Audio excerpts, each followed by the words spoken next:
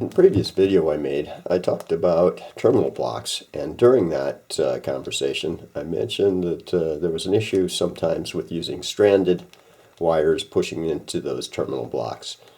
The wires tend to splay out and get kind of gnarly. There's several different ways to deal with that, because those terminal blocks are really meant for better to work with solid core wire, which with a pinball machine, obviously most of the stuff that I'm using is stranded core. You got at least two options. One is, you could take a wire. Let's see if I've got something handy around here. Yeah, I do. Take a wire that's stranded like that. You can just twist it all up together tight, and then just take solder and tin that up so that it's all solid. That works.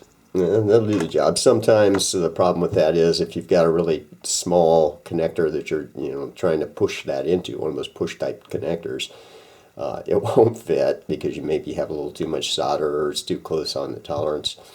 So another option that I discovered later was wire ferrules. So these little guys, you can buy these in massive quantities. I buy them by the 100 off AliExpress. And they essentially have a little barrel down here that's going to get crimped. And they have a little insulator down here, and there's a place to insert the wire inside of there. And what you do is you would take that, get that insulated wire all nice and tight. I'm just using this as an example. And you just push that in. You have to have enough, wire to go in because this part from here to here, from basically, if you can see that, from that silver part is going to get crimped down on there.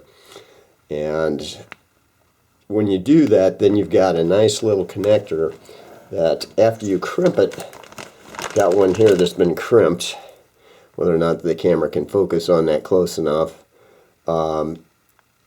It essentially holds that wire good and solid. Then you can push that in as if it acts like a more solid connection, more like solid core wire. When you push it in there, your wires aren't splaying around. The way you crimp that is they've got these crimper tools. They've got two different types. There's one that does it with square. You can see when you crimp it down, this square, it tightens down. This one's a latching one. This is an IWISS crimper.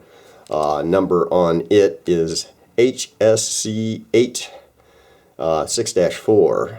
I don't know if there's an actual name for it, but it's pretty convenient. It's like I said, it'll crimp them square on that. There's another one that has more of these little anvils that come in and compress it, and it gives closer to a rounder shape. That's dependent upon the type of connector that you're pushing that into. If the connector is more suitable for square type, for a square type pin, then this one works well. And if it's suitable more for a round type pin, the one with the more anvils works better. They aren't that expensive, I don't think. It's like, I think this thing was like $25 off from Amazon. Same thing for the other one. The crimps, they aren't that expensive either off AliExpress. I'd have to go back and look. I just bought a whole quantity of the different types. You can get them in different gauges. I get them in 18 and 22 gauge because that's the most common that I use. But that's one way to deal with little connections there, trying to deal with the stranded versus solid, when you want to transition from stranded to a connection that expects a solid core wire. Again, just little things I've learned over time that help out. These little wire crimps are actually pretty nice. The wire ferrules. So, hopefully, again, it's a little information for somebody. Again, most people that are working on this stuff probably know about it, but it's just things I'm learning as I go. All right, hope you enjoyed that.